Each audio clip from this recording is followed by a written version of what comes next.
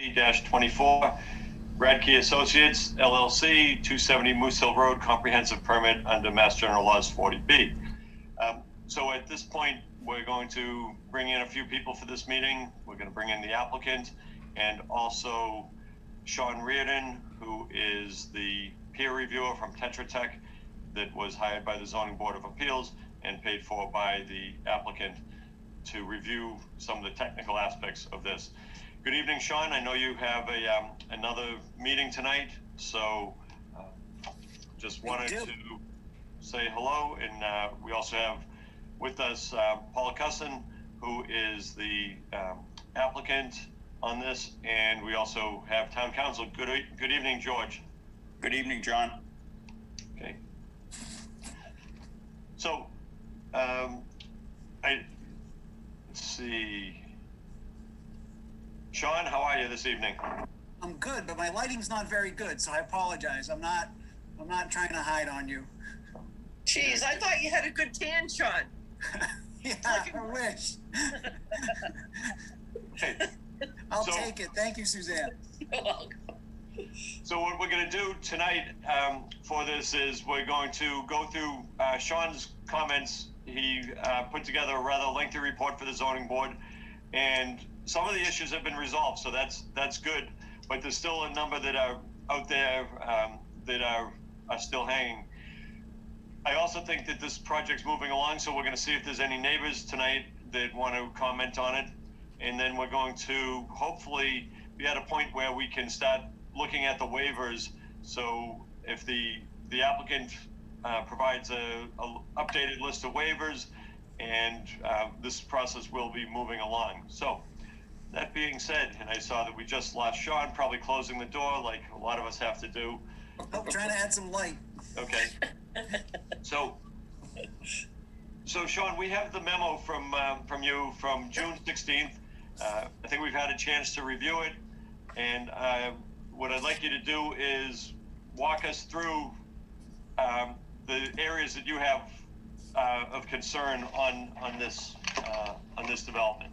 Sure. So just, I don't know if you recall, but last time when we reviewed what was proposed, our principal issues were the lack of access and ability to turn around, some concerns relative to soil testing and system sizing and location and their relative position.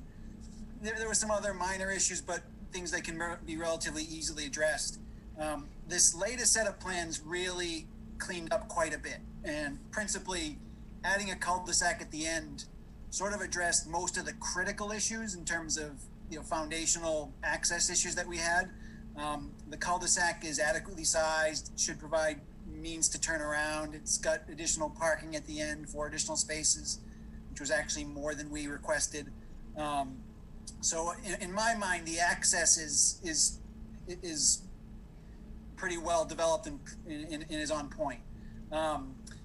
The stormwater design similarly evolved quite a bit, and I was able to talk with Rob Truex about kind of his experience in the area and his knowledge of the soils. Made me comfortable that, at least for now, that we've got enough reasonable information to confirm that the system as designed will work. I think we've got to get some confirmatory testing at some point in time. Doesn't necessarily need to be now, but certainly prior to any construction starting. On that note, they're going to have to do quite a bit of more testing to support their Board of Health septic system applications. So the right time to do any additional stormwater testing is when they start doing their work for the septic system. So there's not an option for them not to do it. They have to go through that Board of Health process, and they're going to need quite a bit of testing for that. So I think those two big things were probably the most important things that I had in mind. So there's some other issues that were brought up by Carl and the fire chief, notably it would be good to have a hydrant at the end of that cul-de-sac rather than have one across the street. So I think those are pretty small requests that should be accommodated and can be handled in a condition or something like that. But that being said, there are some minor changes to the stormwater model that I've asked Rob Truex, the engineer, to address, which he said he was going to take care of. I would imagine that may make the system a little bit bigger, but it shouldn't change anything with regard to layout. So that's pretty much it. I think they're in a real good place with some minor issues, but nothing that would sort of drive any major changes in the layout. Okay, thank you, Sean. You mentioned the Board of Health, and there's 4 systems, septic systems being proposed for these 8 units on this piece of property that's just over an acre, I believe. What's your experience in that kind of density of septic systems on a relatively small lot with underneath the pavement? That's where the leaching fields are going to be under the pavement. Yeah, generally not terribly concerned about it. The way they have it designed is actually ends up with a much larger system than if they combined all the flows together. So in a way, having 4 separate systems gives you some redundancy and spreads out the load a little bit more. Not terribly concerned because the soils are very permeable. Wouldn't, and there's a requirement for what's called a reserve area. So you have to have a system and then enough room to do another system if something happened. So in total, I wouldn't let that worry you at all. I mean, if they can comply with Title V, they've got a pretty robust system. Okay, thank you, Sean. And also, you mentioned Title V, so they will still have to go to the Board of Health for their Title V, even though yes, right? And very, Title V is very prescriptive in how you design an on-site disposal system, and they, when they're in good soils, they usually last without much attention for decades and beyond. So, it should be a pretty good system. Okay. Does anybody else have any questions or comments for Sean at this point? Because you still have a number of items, Sean, that still need to be resolved on the letter. Yeah, they could be resolved in a lot of different ways. A condition of approval or some other consideration from the applicant. I think the only thing I'm waiting to see is the final stormwater design based on my last comments to Rob. But beyond that, the other things can probably wait until a final plan, but we'd want to capture them in a condition.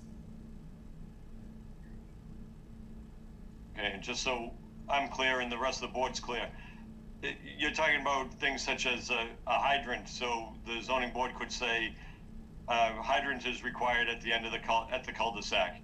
Correct. And okay, so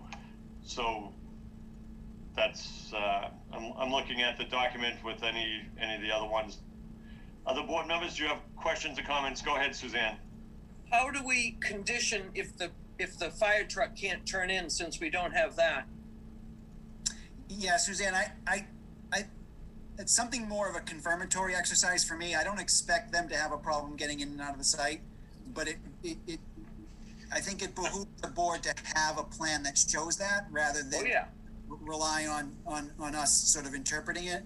Again, that could be something that you condition that prior to getting a building permit, they have to demonstrate it in a truck turning plan.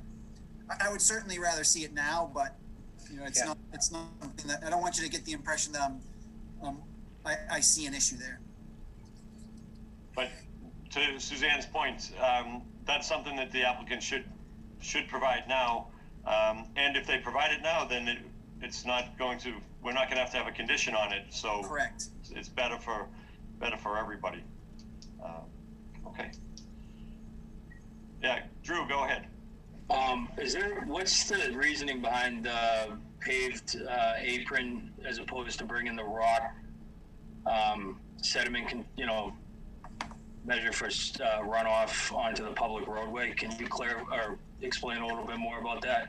Yeah, so if you can imagine, what they have is they have what's called a temporary construction entrance, and that's to keep sort of the construction vehicles from tracking dirt and crud onto the public way. What we typically don't like people doing is building a construction entrance right up to the edge of the road, because then what happens is that transition from the stone to the public road gets kind of beat up. What I'd rather have them do is just build the apron that they're going to have to build anyway that extends through the public right of way and do their construction apron on their own subject property, then whatever damage happens, it's happening to their own driveway. By the time they get onto the public way, you won't be tracking stones and sort of messing up that clean paved edge.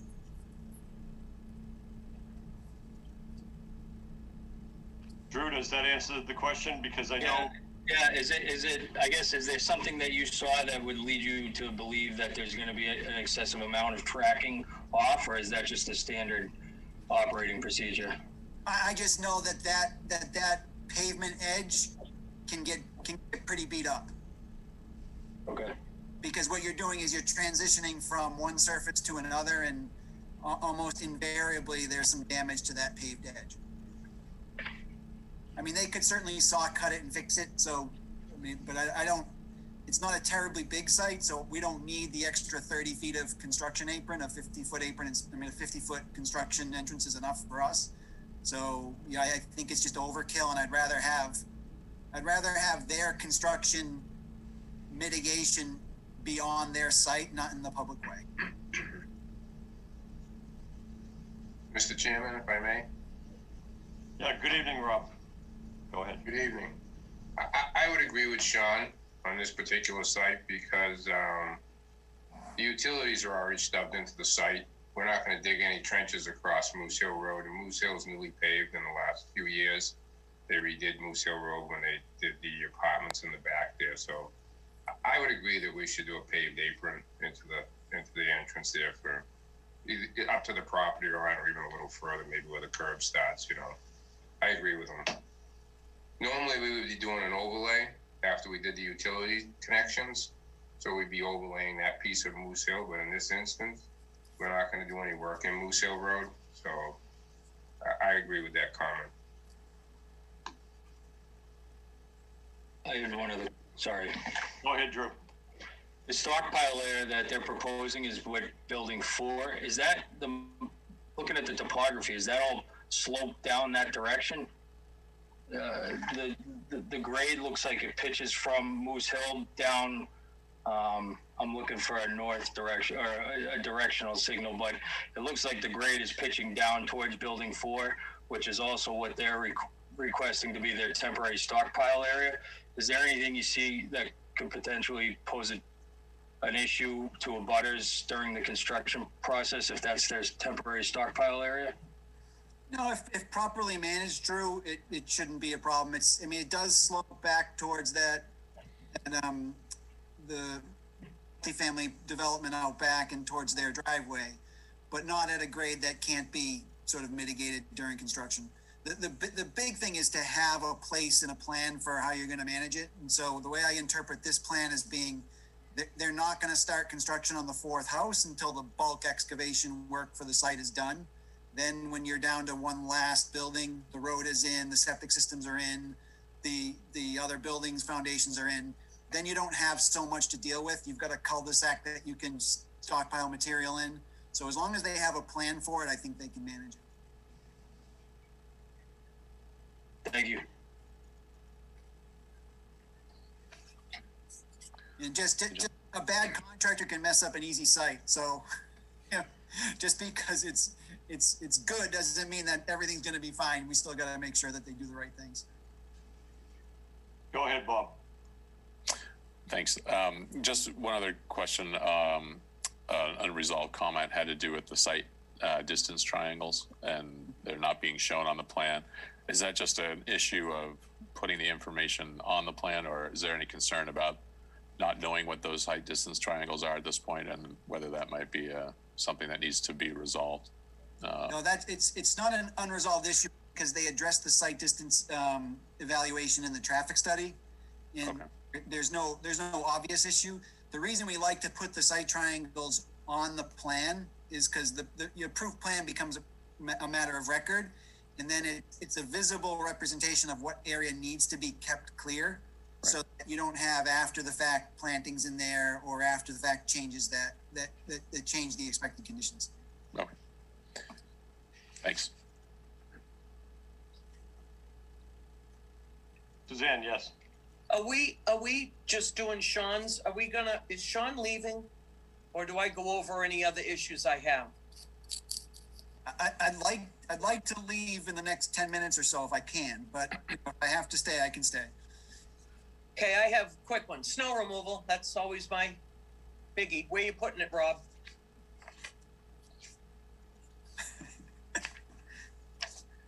Where you plowing it?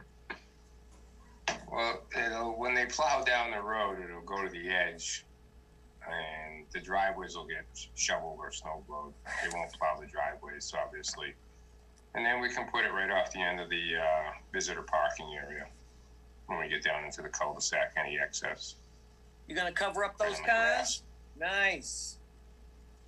Well, hopefully there's no visitors hanging out during a snowstorm. They went home. That's when they won't leave. And from experience, Susan? They'll be stuck, is that what you're saying? And are We we have room gonna get, around the cul-de-sacs, some grassed areas we can put it in. okay, and we're gonna do the mailboxes like Doobie, just have them out there, or are you doing one clump again? No, I think I would do one central mailbox at the entrance.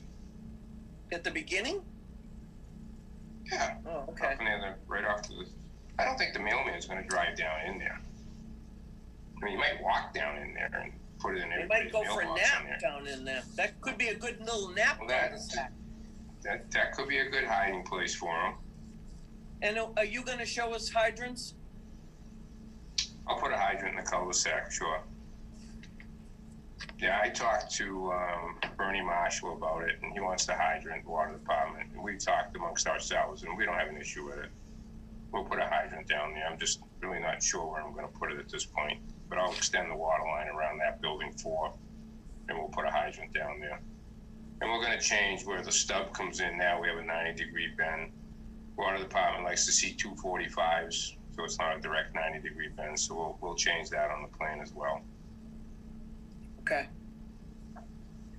So, Mr. Truax, does that mean that you'll be providing an updated set of plans that will show that what you just talked about with the water connections and also the hydrant? So my thought on that is if we don't close the hearing tonight and you continue it for 4 weeks or whatever, then I would provide you with a new plan and address these final minor comments. I think it's easy enough to do. That would be my thought. Okay, because I don't plan on closing the hearing tonight because we're going to, as I said earlier, the next step is to go to, no, believe me, we don't want I to agree. drag this out, and I know nobody wants to drag this out, but we want to make sure it's done right. And nothing makes it better than having a good set of plans from you that we reference, as opposed to saying a hydrant will be located in the cul-de-sac as a condition. I agree. We don't even have to have the condition if you show where the hydrant is. You understand where I'm going? Correct. I agree. No, I agree with you, Mr. Chairman. So if we're not closing tonight, I would definitely provide you a new plan. And if I can, Yep. Mr. Chairman, just I want to just remind folks that I don't think that this project requires a notice of intent filing. So there isn't, It's not. unlike other projects where there's sort of a backup system in place for handling like stormwater issues and things like that. In this case, you guys are the only overseer for that scope of information too. Can I ask other questions? How does when the septic system gets emptied, one person has 7 kids, the next guy is an old lady, and well, old guy, whatever you want to call it, but the septic systems are off, and how do they pay for that if it's one swoop comes in and drains it out? I just don't understand how you share a septic system with someone. I've never Sure. done that. So it would, yeah, no, we do it all the time. It's a shared system, so the association will maintain it. Generally, we like to see the tanks pumped once a year. So they'll have a contract come in, he'll pump all 4 tanks Okay. once a year. There's really nothing to do with the leaching field unless there's a problem. And, and it's very good soils out there. I don't No, that's- anticipate there would be a problem. No, that's got great dirt. So- That's apple orchard dirt up there. It's beautiful. Right. So, I mean, the idea is to maintain the system properly from the get-go. So if you're pumping your tanks every year, you're not going to get the solids out into the leaching field. No. So that's why you do it through the association. Because if you don't do it through the association, and you make each unit responsible for each building, then one building may not pump it, and then theirs would fail, and then the whole association would be responsible to replace it. So it's important to have it in the association that it's done all together at the same time. Okay, I never have, thank God I've never shared one yet. Suzanne, And one is- thing I might want to add to that is there is the potential that there'll have to be a vent for each of these systems. So Rob, It will definitely be vented. if you can look into that, and I know there's no landscape plan yet, but maybe you guys can put one together and show those vents where they're going to be and how they're going to be Yeah, dealt. sure. Those leaching fields will have to be vented. They're on the pavement. Maybe when you do the plan, you could do lighting and landscaping at the, throw it on that street lights too. We can look at that. Yeah, Did you go out, Suzanne? So there is a street light on that pole at the entrance, on Moose Hill. right at the intersection. Yeah, on Moose Hill. There's a street light right there on that pole. Don't you want the visitor parking should have something, no? I mean, you don't want to be down there by yourself. Well, I feel like the apartments around us they have lighting in there. I mean, there's a lot of ambient light around. Yeah, but you got the I don't know that the Walmart neighborhood- crazies. You got the Walmart crazies right there. I mean, we Mr. could put a light down there, put a lamp post Chairman? of some sort, a decorative lamp post. Yeah. Go ahead, Mr. Cusson. Do you have a question? Yeah, thank you. I think at the last meeting, we discussed having some individual lanterns on the property itself rather than street lamps. And that's I think that's would be a better situation along with the light at the entrance. You're talking about a light post out in front of each unit, or Right. each 2 units. Condo, yes. Again, if that's shown on the plans, it's gonna make things so much easier for you and for us, because we'll just reference the plan, and, then the lighting's already there in your plan, whether you put it in your site, your overall site plan, or your landscape plan, probably the overall site plan, but whatever works for you, because we're gonna, as you know, we'll reference the plans, and, that will be part of the decision. Rob, I would put one down the cul-de-sac too for the visitor parking, just for safety. What if we put a lamp post off that last unit Yeah. down there, Yeah. off the side of it? Yeah, as long That as would it be lights up okay. the parking, that's fine. That's fine. Okay. Do board members have any other questions or comments? Landscape plan, where do we stand for a landscape plan, either Rob or Mr. Cusson? I think that, thank you. We're just going to show some typical landscaping, nothing really fancy, but we'll show a plan that we won't have a planting list per se, I don't think, but we can certainly show some plantings, and, that can be done on the set of plans that we'll be finishing up prior to the next meeting. Okay, we'll see if the neighbors have comments about that. We've run into that with other people where we actually got specific, talking about the size of buffer trees and things like that, but. But I think, Mr. Chairman, I think this is a unique development from the point of view of what we have for abutters here. We've got a large development basically surrounding us. So I think there is going to be some effective lighting that's going to be shedding possibly from that development as well. But so it's a little different than what I'm usually used to, but be glad to listen to any concerns any of the abutters may have. Okay, sounds good. So, speaking of abutters, Patrick, are you minister for this meeting? Yes, I do not have any hands raised from the audience. Okay, so I'll ask, is there anybody from the audience or neighbors of Moose Hill Road that want to speak on behalf of this project? If you do, just please raise your hand, go to the bottom of the screen and hit raise hand. Okay. Nope. Okay, Mr. Chairman, I'd just like to add a comment. sure, go ahead. At the last meeting, I'm not sure who it was on the board, but the board requested that we submit to you a cross-section showing heights of the building at different, and we submitted that to the board. We haven't referenced it yet, but the architectural styles that we're proposing is very similar to like a Cape Cod design, what I would call a 1.5 story type building. So the plan that we submitted to you, the basically eve line of the first floor is about 8 feet. And then we have on top of that another 8 feet. So you have like what I would call window dormers on the front of the building, and through the height at the top of the windows in that dormer would be from grade level, be about 16, 17 feet in height. And the height to the ridge from the ground is about 25 feet 6 inches, which is substantially less than, well, I don't know about substantial, but it is certainly less than your existing zoning. So I think we've done a pretty good job in bringing down the scale of the building. Yes, thank you. I saw those plans. We received those in the package, and the heights look good. And if we were to reference something like this in our decision with the height of 25 feet 6 inches, how firm are you on that? I would not appreciate 25 feet 6 inches because things change and where you were measuring it from. But I would say that if you had not to exceed more than 30 feet in height would be certainly adequate. And I think your existing height in your subdivision bylaws, I think, is 35 feet.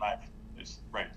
Okay. Yeah, so these are box plans, and I totally get it. Not box. I don't know what you mean by box plans. They were done. I don't know what you mean by box. So were these specifically designed for the grades at the Moose Hill site? No. Okay. But it's showing. It does show the grade on the plan. So we're assuming the front grade is pretty much according to the driveway, but it is from measured typically as a building inspector would measure the height. And that's fine. And my point was, these aren't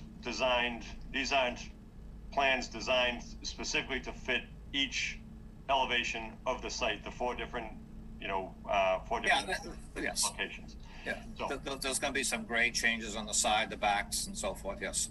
so that's what I mean when I say boxed plans, that Okay. these came from someplace. Okay.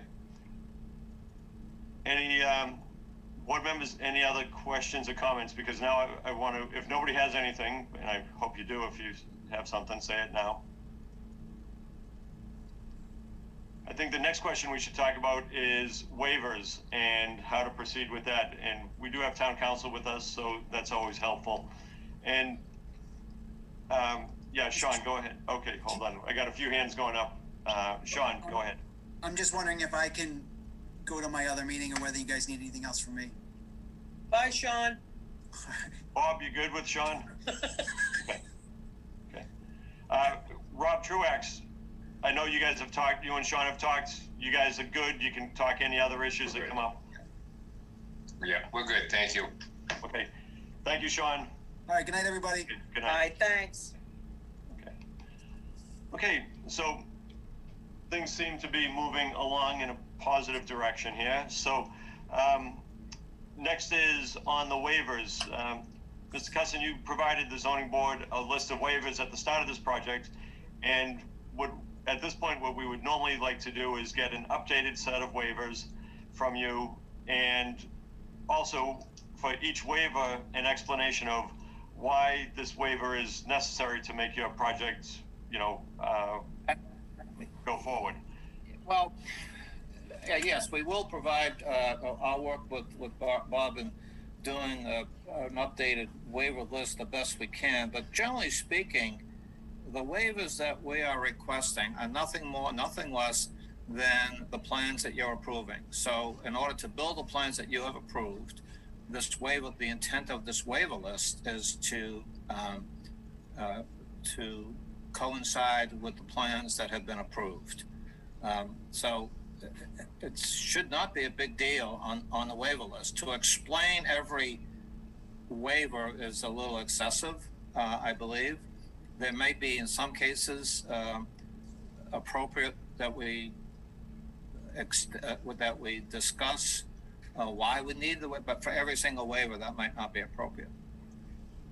Okay, so we have town council. George, what's your thoughts on, we've done this for the other developments, and it helps the zoning board craft a better decision, I think, if we actually have the waiver. And I think that we're not in a bad point at this here, but I want to make sure we know what we're waiving. George, what's your thoughts? Yes, typically, and good evening again, Mr. Chair, members of the board, George Pucci from KP Law. This is my first night, sitting in on this application, but so I don't know if you have a list of waivers, but I mean, that's typical standard practice. You'd have a list of requested waivers, and you do want to go through them. I mean, it protects you and the applicant, because later on, if the applicant had some understanding that, you're not going to apply something and you end up saying, you're not complying with X, Y, Z, that doesn't help anybody. So, I mean, that's standard practice to have a list of waivers required for the project. And then you do go through them one by one. You don't, that doesn't mean you go through all your local regulations and bylaws one by one. You just go through one by one what the applicant needs to be waived to be able to construct this project. I mean, Mr. Chairman, I agree with you, Attorney Pucci, but we did submit a list of waivers. Chairman Lee has asked that to be updated, and we will update it. But there again, it's pretty simple for my thought, and I understand the board wanting to go through it, but there again, we're asking for nothing more, nothing less than what is required to build the plans as approved by the board. So that's sort of the general note. There may be a couple of other things, but yeah, to go through every single item might take a long time, but we can do that. I don't think I'm communicating it correctly if it's the concern that it's going to take a long time. You have already provided a list of waiver requests, and right. Now the plans have changed, although overall the plans pretty much are the same. It started as an 8-unit development. The road's different. There's a few other things. So really all we're saying is, what are the waivers that you asked for and still need, and we go forward with that, because we're going to spend one meeting going through each one of the waivers and saying, is this something that the zoning board will waive on this for this development? I understand. I think we're on the same page. I mean, there are some things that are pretty obvious, with the site may not allow this type of density. We're not as or even this type of building. But I think we can do it. I think we're on the same page. I don't want to go through the whole bylaw, but we can. I think we're okay. So we will work on an updated list. Patrick, yeah, you've seen the waiver list that they provided. Is that correct? Yes. Okay, and it's manageable, right? To have them just update what. Yeah. So there are a few waivers that were requested by the applicant back last year when they did apply. So I believe what the chairman is asking, I guess, is just a brief explanation with each waiver that is being requested, how I guess it correlates to the project. So nothing excessive, nothing too in depth, but just kind of an explanation, a brief explanation of how the waiver translates to the project. That's been the practice before for different applicants. Patrick, it's pretty simple to allow the development to be built as approved by the board. No, I certainly agree with you, Mr. Cousin. It's just for reference purposes. It helps the process go by easier for the board. But also, if you're asking for a setback waiver, when let's just say 25 feet is required for a sideline setback, and you're asking for a waiver, you need to be, it helps the board because then you're specific saying how much of a waiver are you asking for, 10 feet, or are you asking for, 5 feet? And I don't have, I'm not looking at the plan right now. Yeah, we can do that, but it is indicated on the plan, but those kinds of things are pretty simple to do. Okay. And now I also see where you're coming from, because it is indicated on the plan. The plan shows, but it helps the board if we have the actual list. Okay, I think we've beat that pretty good. Okay, Suzanne, go ahead. Rob, how in between each building, what's the distance?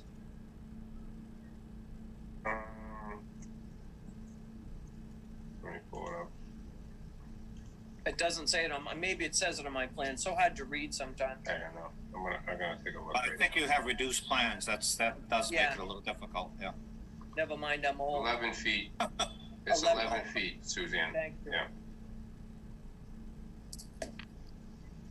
And we have to comply with the building code when buildings are a certain width apart and so forth regarding sprinklers and those Yep. sorts of, so that's all, we're not asking for any waivers on any of that. We have to comply with the state building code. How many bedrooms?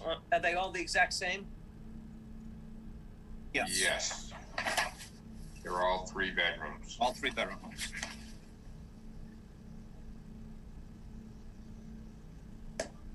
Okay. And is there going to be a trailer on site?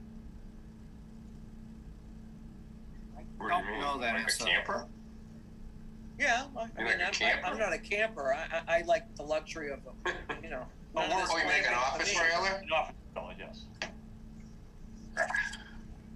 I don't know, Suzanne. My feeling is I would doubt it on this small site that they would need an office trailer. Okay. To build 4 buildings. All right, I'm done. I'm getting tired. Okay, Early. Bob, Drew, Jane, does anybody have anything else? All set. I'm all set. Thank you. Okay. So, we also have a letter from the fire chief.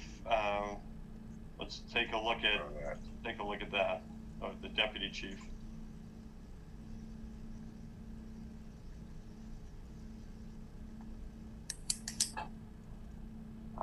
So it's from Paul Barry, and he talks about parking restrictions, and I think a lot of these things would be a condition, no parking on the roadway. Correct.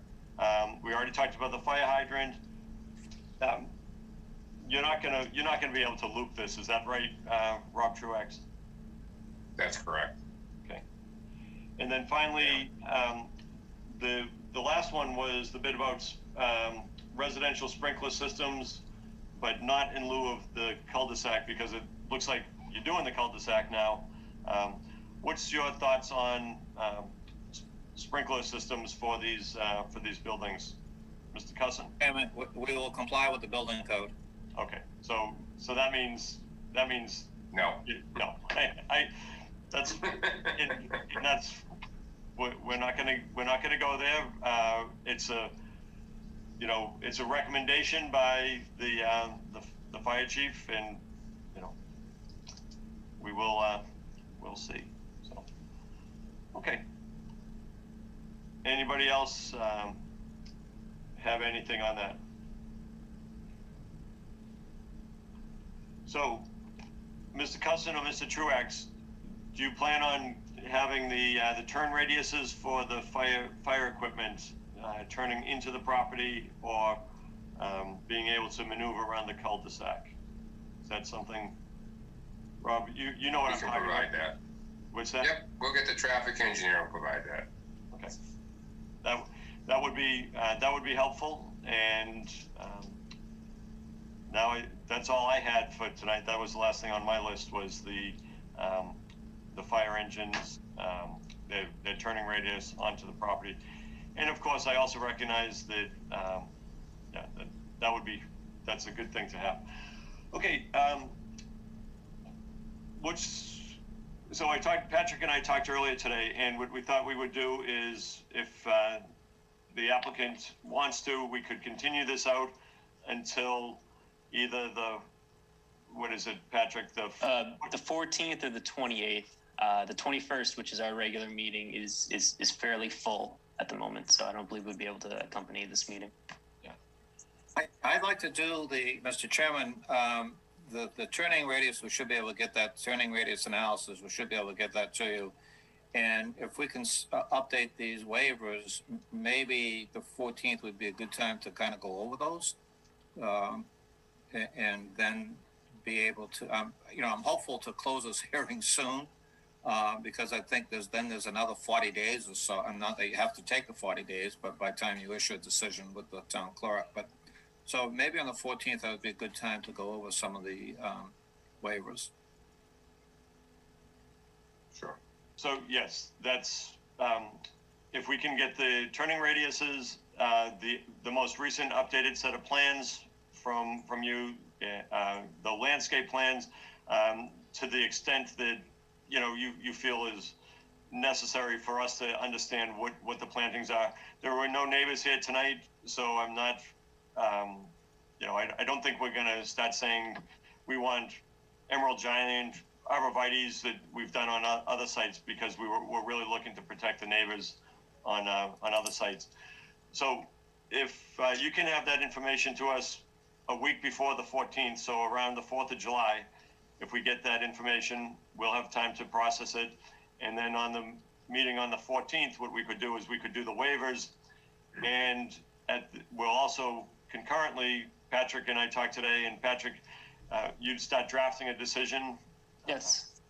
And, it's always helpful if we keep the hearing open while the decision's being drafted. But I think that we'd be ready to, whether we close on the 14th or shortly thereafter, we're moving in that direction. What do other board members think? Suzanne, what's your thought? Yeah, go ahead. Do we close before the BOH? Wait. Board of Health. What's a BOH? Board of Health. Yeah. And so. Come on, Rob, wake up. Yes. I was totally lost on that one. Yeah. So generally you would. Yeah.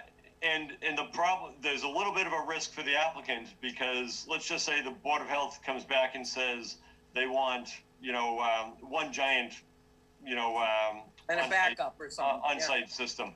Yeah. Then the applicant would have to come back for, as we're very familiar with, a project modification, which, just takes time. Mr. I'm Cousin, comfortable with it. what's your thoughts on that? No, I agree. We have to comply with Title V, and based on what I know about the site and the soils, what Rob knows about the soils and so forth, Yeah. I don't see any particular issues. So we will be complying with Title V. And regarding the local Board of Health regulations, I'll discuss it with Rob as to what waivers, if any, we need from those. Okay. Yeah. It's pretty common, Suzanne, to even conservation, which is we don't have in this particular case, but Board of Health, all that is done after the close of the hearing. And then if there are any substantial changes, as the chairman just said, we'd have to come back and ask for a change, and board's going to decide whether the change is substantial or insubstantial. Hopefully, I don't think we're going to need that, but we don't know. Yeah, I'm not anticipating that, because we're already in the process. We filed the applications with the Board of Health to do the soil testing. So we're going to start doing that. I've already sized the septic system. They're just not, I did size them out to make sure they all fit. So based on the soils out there, we did some perk tests on the site for the house previously. So I'm comfortable with everything. And I've already spoken with the Board of Health about it. We've had some conversations, so. Okay. I don't think we've ever approved a project without knowing what the septic and the sewerage is going to be, is approved. So I don't think you've had a 40B in town with a septic. We've never had a septic. That's why I'm asking if we need to wait for the BOH. Yeah, generally but apparently we don't. So, okay. Yeah. Generally, they're on sewer. We don't get many Yeah. 40Bs with septic I systems. don't remember one. I think the No. one on Ellis Street was, but I'm not sure. I have done quite a few developments with septic, both individual as well as common septic systems in a lot of the towns that we do business in. Yeah, this has got nice dirt up there. You should be fine. Okay.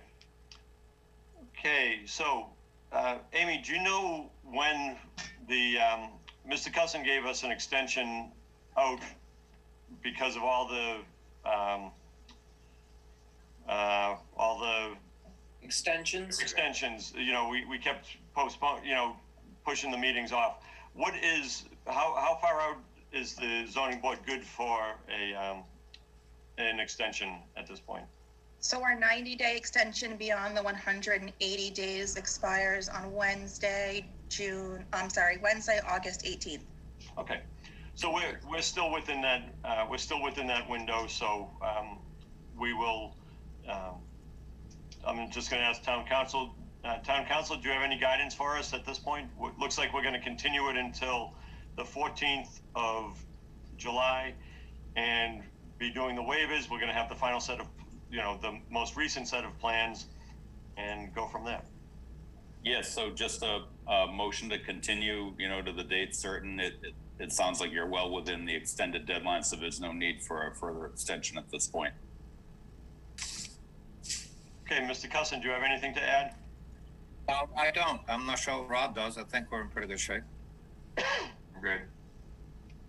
Okay, Bob? Oh, are we going in person? Good Is this your question. last Zoom meeting? This is, so we will be in person at the town hall for the, that meeting. I think there's a bill in front of the governor. I think there's something in front of the governor's desk right now that to extend the Zoom meetings, I think, till They sometime did pass September. that, yeah. Yeah, I think it's until April of 22. yes. But that's only if we want to do that. It's optional. There's, Right. this has not been great for the public hearing process. So my expectation is that we will be back at town hall and doing the traditional public hearing. So Attorney Pucci, what is does the board have to do any special notice or so forth that it's now going to in person versus Zoom? Town council, you're welcome to answer that question because that's a good. I always wait for you to direct me to answer. Well, you don't have to do anything. You can do it all you have to do tonight is to specify, the date and time certain and the place.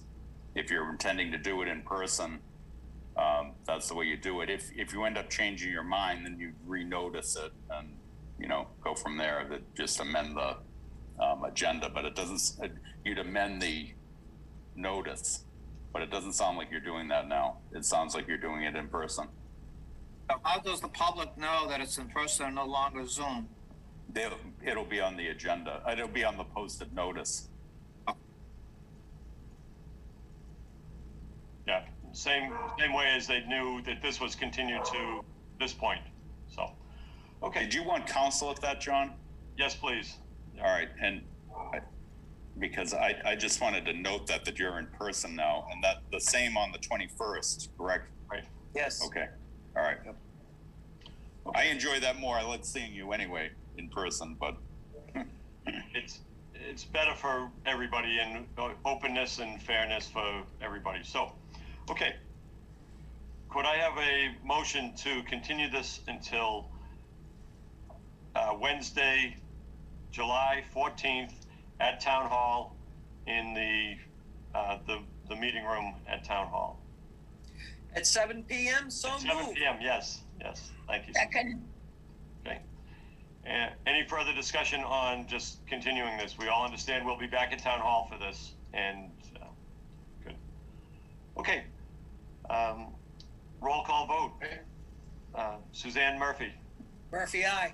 Bob Fitzgerald, Aye. Jane Coffey, Aye. Drew Delaney. Aye. I'm John Lee. Aye. Okay, so this is continued until July 14th. And Mr. Truax, Mr. Cusson, you have some things that you'll get to us by the 4th of July week, and that gives us time to review them, and we will plan on doing the waivers at that meeting. Thank you. Thank you. Thank you, everyone. Have a good night. Hey, good night. Bye, guys.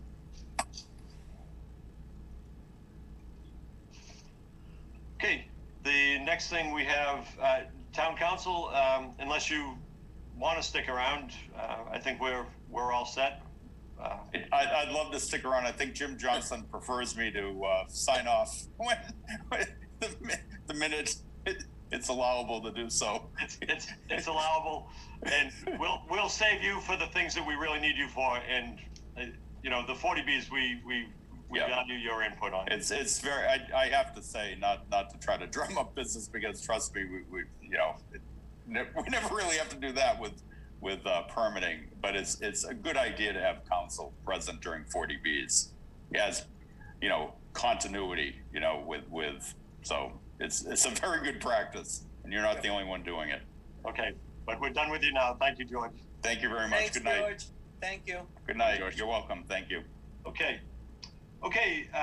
Next case we have is case number 022002, Syed Halabi for 1363, 1391 Main Street. Is Syed with us this evening? Yes, I'm just promoting him to panelist now.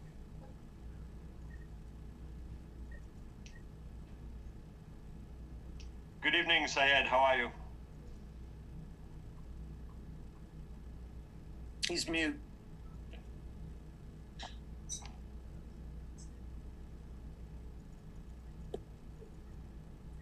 Hi. There he is. Mr. Chairman, board members, nice to see you all. Good to see you. So at this point, you're asking for an extension for the special permit that was granted. That was special permit 0220. So back in 2020, we issued that. And are things moving along, or what's going on? Because you're looking for a 2-year extension here.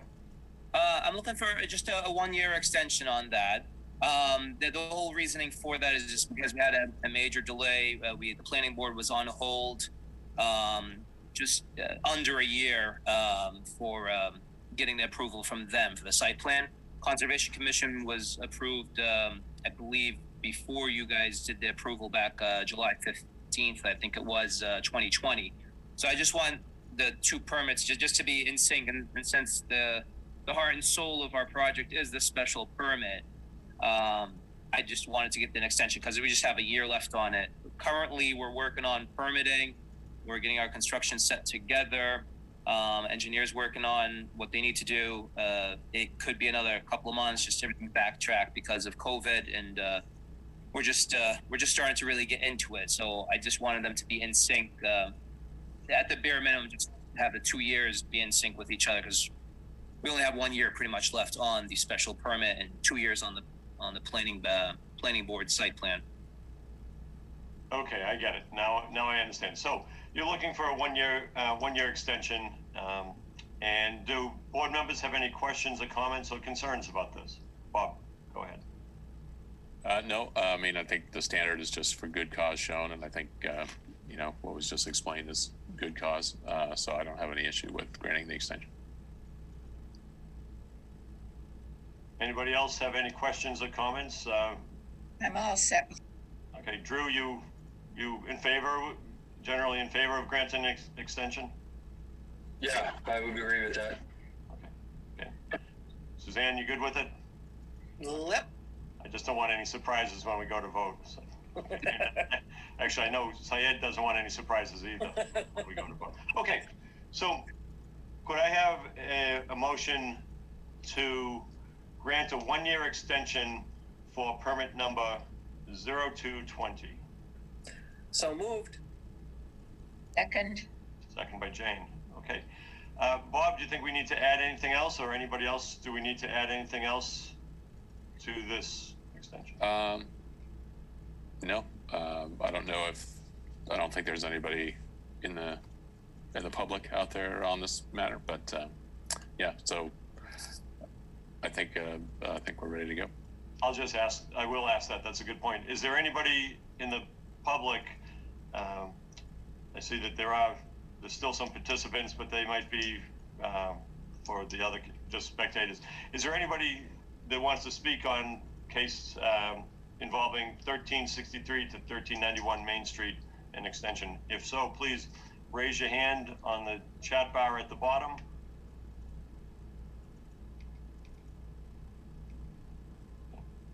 Patrick, are you seeing anybody? No hands raised, Mr. Chairman. Okay. But we do have other people out there, right? Yep. Mobile TV, Mr. Mattson and Mr. Wright. Okay. Okay. Very good. So this will be a roll call vote to grant the extension. Suzanne Murphy? Murphy, aye. Bob Fitzgerald? Aye. Jane Coffey? Aye. Drew Delaney? Aye. And I'm John Lee. Aye. Okay. Good luck with your project. Thank you. Happy 4th to everybody. Okay, Same to you. Joe. Thank you. Okay. Now, next we have the Town of Walpole Water and Sewer Department for the facility on Robbins Road. This goes back to a zoning board decision from 1989 and 1993. This is request to modify condition number 3 relating to hours of operations on school days. So we've got with us Mr. Marshall, Bernie Marshall. Good to see you, sir. Good evening, everyone. Thank you for having me. Okay. So it was interesting to go back and see the old decisions. And were you involved with it back then, Bernie? I was not, sir. Okay. I wasn't either. So, so at the time there was concerns with the safety based on the school being, Johnson Middle School being right there, or maybe West Junior High back when it was the actual decision was made.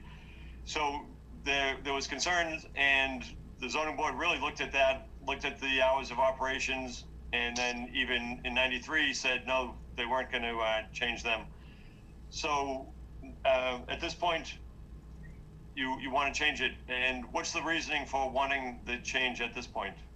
Well, right now the septic haulers are feeling a tight squeeze on their hauling, and the board of water and sewer commissioners wanted me to look into the ability to mitigate that, and in the mitigation, it would be to extend a half hour in the morning and a half hour in the afternoon.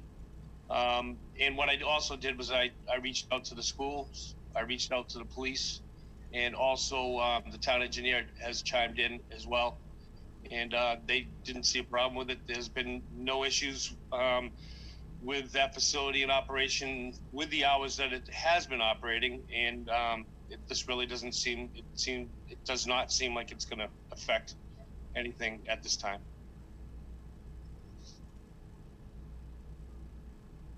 Okay, so we have a letter from the school department saying that they're not concerned with the safety issue for the students at Johnson Middle School. And just as a reminder, the hours of operations now are what time? 8, or you tell me what time? They are 8:30 to 2 p.m. Monday through Friday, and emergencies only. And now it will be going to 8. Go ahead. So, yeah, right now it's 8:30 to 2, and we'd like to extend from 8 to 2. Add a half hour in the morning, add a half hour in the afternoon. So that would be 8 to 2:30. Yes. Okay. Okay. Good evening, Mr. Mattson. How are you? Good. How are you? Good. So, is there increase in septage hauling in Walpole, or is it, what's going on? Why is there? Yeah. Why do we need these extra hours or extra hour? Maybe because there's like 200 extra houses now since 1983, maybe? Well, it's that, and there's one hauler in particular that has a commercial account. That's an out-of-town account. Oh. And he's the one that feels the the biggest restriction to the current hours.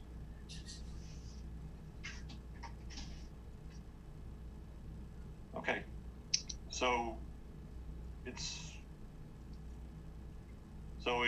going to be beneficial to the town to keep this customer. Is that one way to look at it? Absolutely. He does frequent the facility, and if we lost that account, it would cost us money. Okay.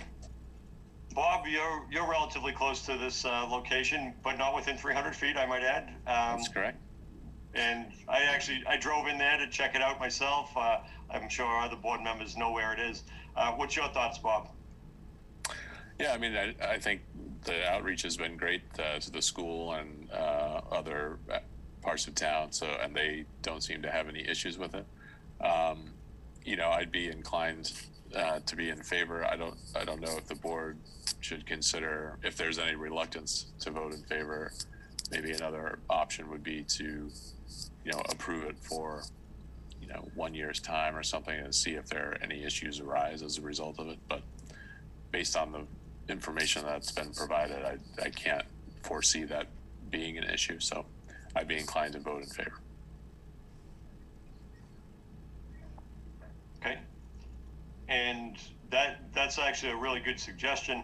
The only thing is, it would make it so that, Bob, let me ask you, do you think that would make it so that they would have to come back within a year? Or could we say, if there is no public safety issue within the year, it becomes permanent? What's your thought on that? Yeah, I mean, I think we would probably need to have them come back after a year's time, and just to update the board on what's going on and whether there have been any issues, and give the school a chance to weigh in at that time if they felt like they needed to. But it would just be sort of a point in time for a check-in, and then assuming there's no issues at that point, then we could vote to amend it to make it permanent. But just a thought there. Mr. Chairman, through you to Mr. Marshall, did that have any impact on the customer? In other words, would the customer say, gee, they maybe discontinue this hour a year from now, so we ought to look around? Or do you think that would be okay with them? There wouldn't be an issue. I think that at this time, that'll work. It'll go a long way.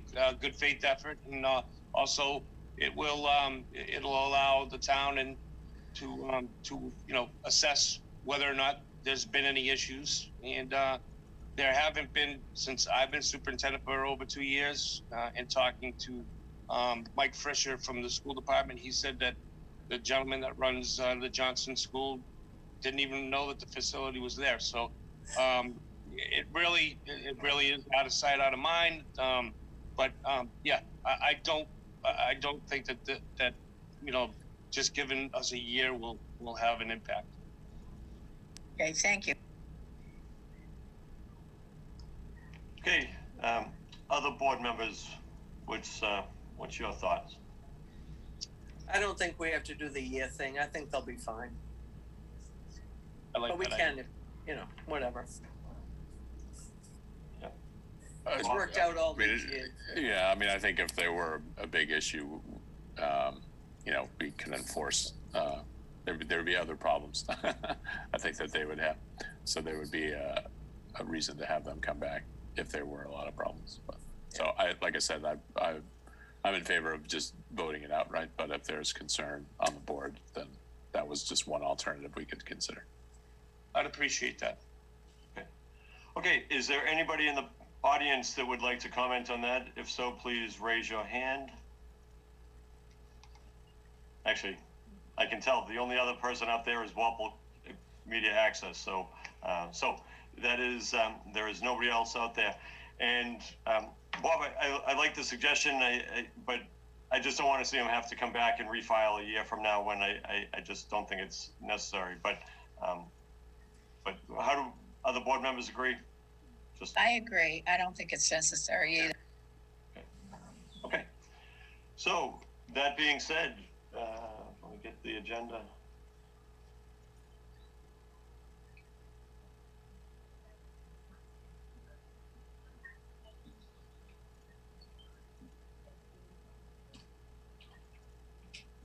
Could I have a motion to modify condition number 3 relating to hours of operations on school days to the new hours of operations would be 8 a.m. to 2:30 p.m. for case number 028902. So moved. Second. Everybody clear on what we're voting on? And Amy, you'll be able to find there's a modification decision that goes back to 1993 on this that has all the information, and I know you provided it. So that'll be the start point on drafting this modification. So that's it. Okay. Okay. Roll call vote on the modification. Suzanne Murphy. Murphy, aye. Bob Fitzgerald. Aye. Jane Coffey. Aye. Drew Delaney. Aye. And I'm John Lee. Aye. Okay. Thank you, everybody. And just an interesting note: my father was on the Zoning Board of Appeals on that case, so I took it real seriously. I wanted to make sure that I didn't screw up. So. Thank you for having me, Mr. Chairman. Okay. And Thanks, Mr. Marshall. Thanks, Mr. Mattson. Thank you. Okay. Good luck. Okay. Thank you very much. Have a good one. Okay. Very good. So the next thing, we have some minutes to review. Amy, thanks for getting those minutes out. And I read them over, but I did not go over in the detail that Bob usually does, and I usually try to. So he has a high bar. I know, and I'm trying to meet that high bar. But what I did was I read them, but I did not give it Bob's level. So I did the same thing.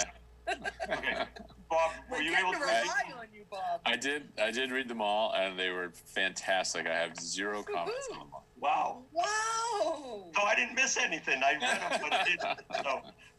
So Amy, you're getting really good on these. If Bob's finding, no problems with the minutes, and just time to go back in person for the zoning board. Okay, that's great. So could I have a motion to accept the minutes of June 2nd, June 9th, and June 16th? And there's 2 on June 2nd. Yes, including the executive session. So moved. Second. Any further discussion on these? Okay, thank you, Bob, for going over these, because I read them, but not the way I should like to. Okay, all those in roll call votes to accept that set of minutes, and I believe everybody was here, so we don't have any issues with that. Suzanne Murphy.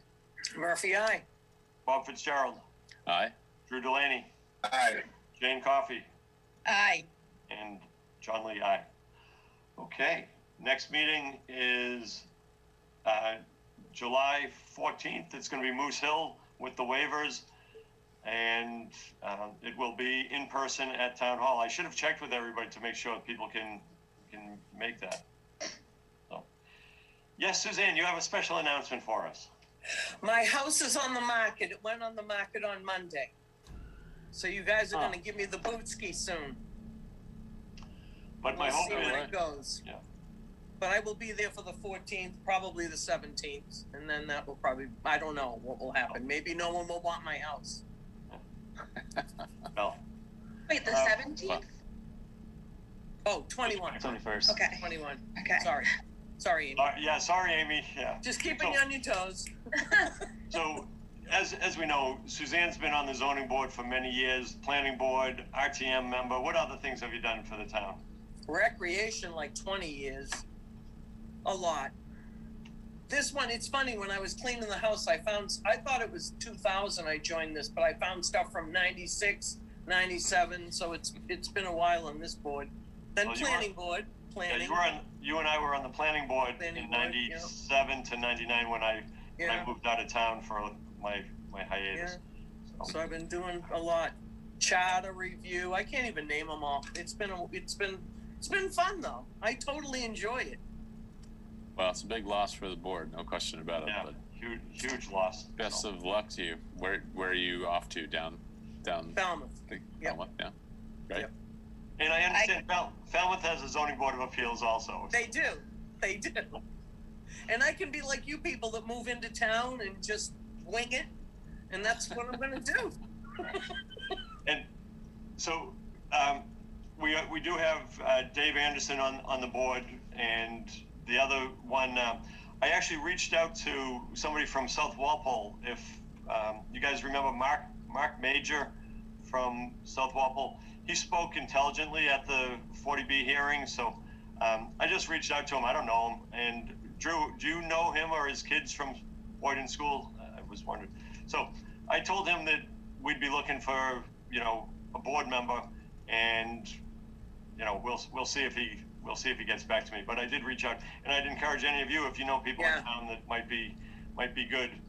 We got to build the bench. Build the bench. Build the bench. Okay. Can't even speak to it. I feel so.